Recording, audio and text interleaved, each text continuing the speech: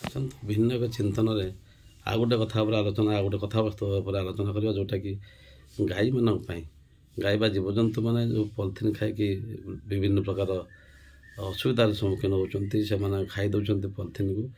ସେଥିପାଇଁ ଚିନ୍ତାଟିଏ ବ୍ୟକ୍ତ କରୁଛି, କାହିଁକିନା ଗାଈମାନେ ଛେଳିମାନେ ବା ଯେକୌଣସି ଜୀବମାନେ ହେଉଛନ୍ତି ଆମର ସହଚର। ଆମକୁ ବଞ୍ଚାଇବା ପାଇଁ ସେମାନେ କିଛି ନା କିଛି ତାଙ୍କର ସହଯୋଗ ଅଛି, ଅବଦାନ ଅଛି।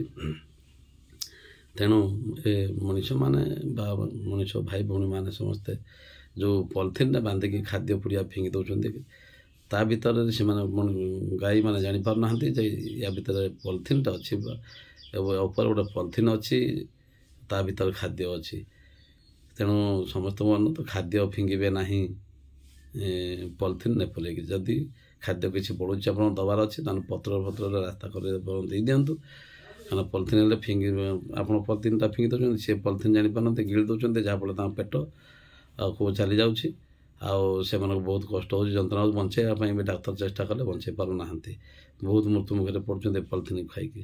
କାରଣ ହଜମ ହେବାର ନାହିଁ, ସେଇଟା ଖାଦ୍ୟ ଲୋଭରେ ସେମାନେ ଖାଇ ଦେଉଛନ୍ତି, କିନ୍ତୁ ସେମାନେ ମରୁଛନ୍ତି ପରବର୍ତ୍ତୀ ମୁହୂର୍ତ୍ତରେ। ତେଣୁ ଇଏ ଯେଉଁ କର୍ମଫଳ, ଆପଣ ପଲିଥିନ୍ ଦେଇକି ଫିଙ୍ଗିଦେଲେ କର୍ମଫଳଟା ତ ଅଛି, ଆପଣଙ୍କର ଜାଣିଛନ୍ତି।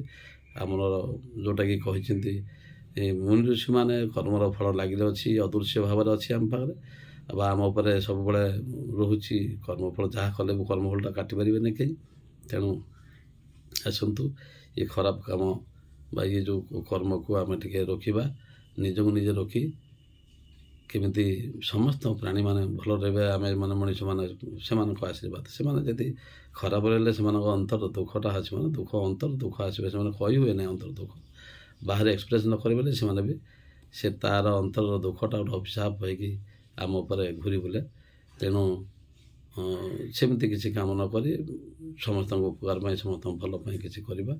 ଆଉ ଖାଦ୍ୟକୁ ବାହାରେ ରଖିଦେବା, କାହିଁକିନା ଆପଣମାନେ ସମସ୍ତେ ବି ଜାଣିଛନ୍ତି। ଆଉ ଗୋଟେ କଥା ହେଉଛି ନ୍ୟୁଟନ୍ସ ଥାର୍ଡ଼ ଲ ଅଫ୍ ମୋସନ୍କୁ ଜାଣିଛନ୍ତି ଯେ every action has equal and opposite reaction.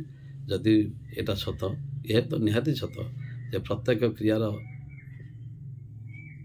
ପ୍ରତିକ୍ରିୟା ଅଛି, ଇକ୍ୱାଲ୍ ଆଣ୍ଡ ଅପୋଜିଟ୍ ରିଆକ୍ସନ୍ ସମାନ।